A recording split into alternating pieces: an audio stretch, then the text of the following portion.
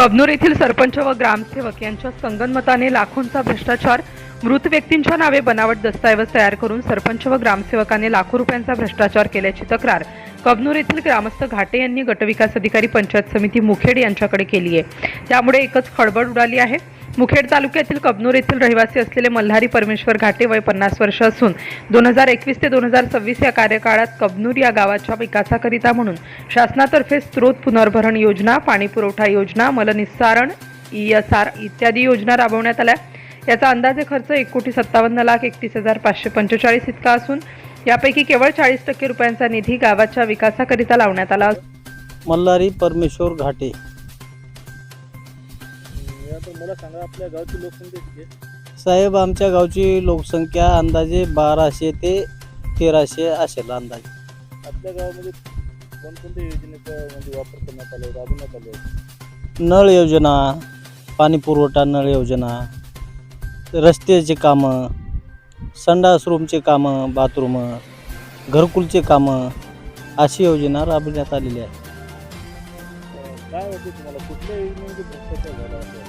Total सगळ्या स्कीमेमध्ये भ्रष्टाचार आहे सर। नाही अशी कुठली स्कीम नाही, योजना।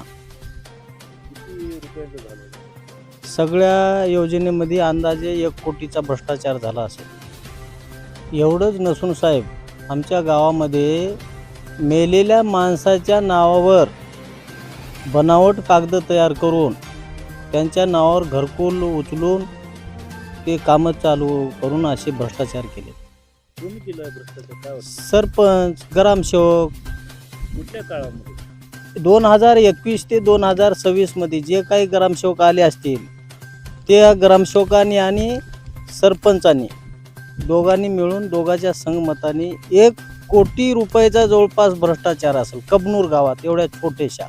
60% निधी हा बनावट दस्तऐवज व कागदोपत्री घोडे नाचवून तत्कालीन सरपंच ग्रामसेवक यांनी आपल्या घशात घातल्याचा आरोप तक्रारदाराने केलाय। त्यामुळे या संबंधित प्रकरणाची सखोल चौकशी करून मृत व्यक्तींच्या नावावर मंजूर करण्यात आलेल्या घरकुलांची माहिती तपासण्यात यावी, तसेच दोषी व्यक्ती व संबंधित अधिकारी कर्मचारी यांच्यावर नियमानुसार योग्य ती कारवाई करावी, अन्यथा येणाऱ्या काळात आमरण उपोषणास बसण्याचा इशारा मल्हारी घाटे यांनी पंचायत समिती मुखेड येथे दिलेल्या निवेदनातून दिलाय।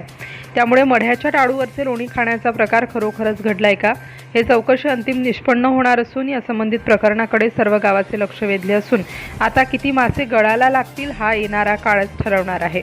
नवराष्ट्र माझा, सतीश वाघमारे, नांदेड। नवनवीन घडामोडी जाणून घेण्यासाठी नवराष्ट्र माझा या आपल्या YouTube चॅनलला लाईक, शेअर व सबस्क्राईब करा। धन्यवाद।